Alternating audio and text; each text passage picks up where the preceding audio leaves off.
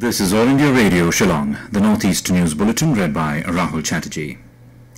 Minister of State for Home Kiren Rijiju yesterday said half of the battle against the disasters would be won by increasing disaster awareness and improving early warning systems.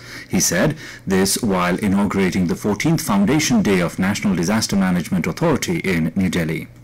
Rijiju said increased human activities have led to the hampering of the environment tremendously and also increased the risk of climate change and disasters. The 15th Finance Commission, headed by its chairman N.K. Singh, accompanied by secretary, members and other officials, arrived in Kohima yesterday. On their arrival, the team was received by Deputy Chief Minister Y. Patton, Minister for Agriculture G. Kaito Ai, Minister for Planning and Coordination, Land Revenue Nebu Kronu, and a host of state government officials. The Commission's chairman, along with his team, visited the World War II cemetery and paid homage at the War Memorial in Kohima. The team held meetings with representatives of the rural local bodies, urban local bodies and tribal ho-hos.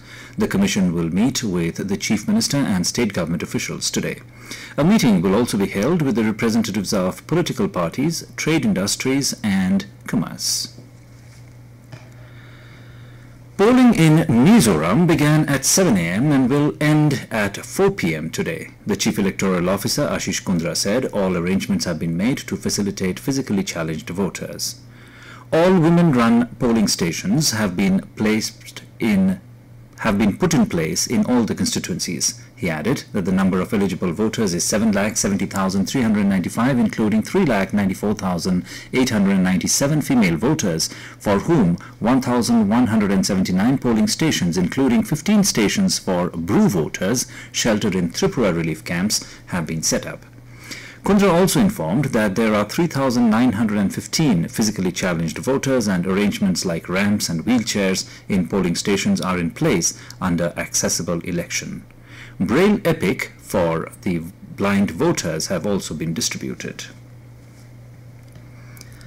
A special assembly session of the Meghalaya Legislative Assembly yesterday replaced the earlier government resolution passed on September 27 this year with an amended resolution for inclusion of Khasi and Garo languages in the 8th schedule of the Indian Constitution.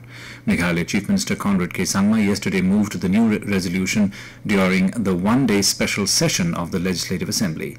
The Chief Minister said that the earlier resolution is being replaced after careful examination. He said the incorporation of the new points was done after consultation with the stakeholders to improve and make it stronger. The Chief Minister said the government is sending a single resolution for the two languages as it would send a clear message of unity to the centre.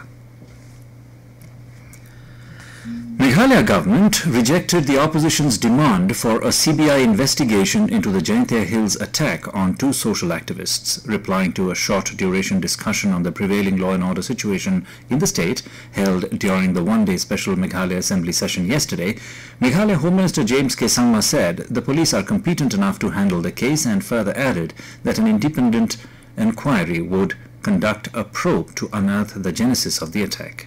Sangma said the police have started its investigation into the attack and 6 persons have already been arrested.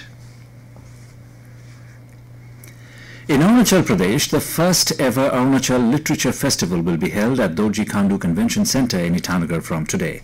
The festival is being organized by the State Information and Public Relations Department.